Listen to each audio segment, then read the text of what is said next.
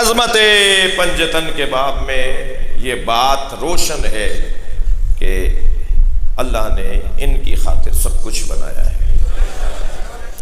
اور انہیں عظمتوں کا عنوان عطا کیا ہے۔ یہ حقیقت محمدیہ رکھنے والے لوگ ہیں۔ سیدہ مولا علی حسنین حقیقت محمدیہ رکھتے ہیں۔ سرکار دو جہاں کی زندگی کو مفصل کیا جائے تو پنجتن بنتے ہیں، اور پنجتن کی زندگی کو خلاصہ کیا جائے تو محمد بنتے ہیں۔ ہم اگر ان کو علیحدہ علیحدہ دیکھیں تو یہ ناموں کے ساتھ پکارے جاتے ہیں، اور اگر ایک جگہ دیکھیں تو یہ سب محمد ہیں۔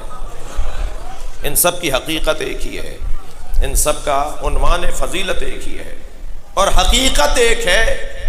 تب ہی تو سیدہ آتی ہیں تو نبی کھڑے ہوتے ہیں۔ اللہ اکبر۔ نبی آتے ہیں،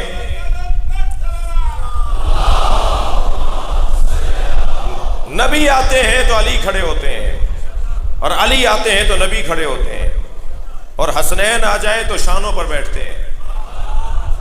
غور کیا آپ نے؟ شاعر کہتا ہے گرانی پلہ عصمت میں اتنی تھی کہ دیکھا ہے۔ سیدہ کے آنے پر نبی کھڑے ہو جاتے تھے، اور صرف کھڑے نہیں ہوتے تھے، چند قدم آگے بڑھ کر استقبال کرتے تھے۔ قامہ لہا نہیں ہے حدیث میں، قامہ الیہا ہے۔ کھڑے ہو کر الیہا ان کی طرف بڑھتے تھے، سیدہ کی طرف بڑھتے تھے۔ قبل یدیہا ہاتھوں کا بوسہ دیتے تھے، ہاتھ پکڑ کر لاتے تھے اجلس فی مجلس سے، بیوی کو اپنی جگہ پر بٹھاتے تھے۔ اس کیفیت کو شاعر دو مصروں میں کہتا ہے گرانی پلہ عصمت میں اتنی تھی کہ دیکھا ہے، پے تعظیم اٹھ جاتا تھا وزن مرسل اعظم۔ یہ گرانی ہے اس افراد پنجتن کی کہ اگر نبی کی پشت پر حسین بیٹھ جائیں تو وزن پر وزن بیٹھا ہوا ہے۔ اللہ اکبر۔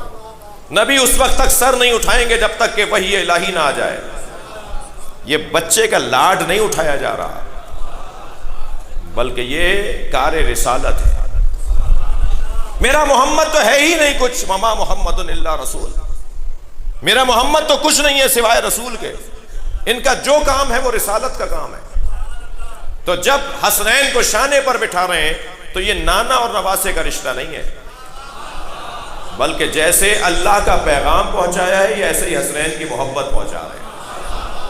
جیسا نماز پہنچایا ہے ایسے ہی حسنین کی محبت پہنچا رہے ہیں۔ یہ تو حسن والا حسن ہے کہ کسی اور کے ایسے نواسے ہو تو لاؤ جیسے سرکار کے نواسے ہیں۔ عنوان پنجتن بہت روشن۔